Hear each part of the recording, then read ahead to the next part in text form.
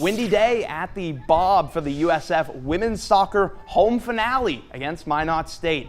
Morgan Jost keeps the Beavers scoreless in the first half, making some saves out there. Corner kick for the Cougars, one of their best opportunities of the half. It was a windy afternoon out there, reported 30+ mile-per-hour winds.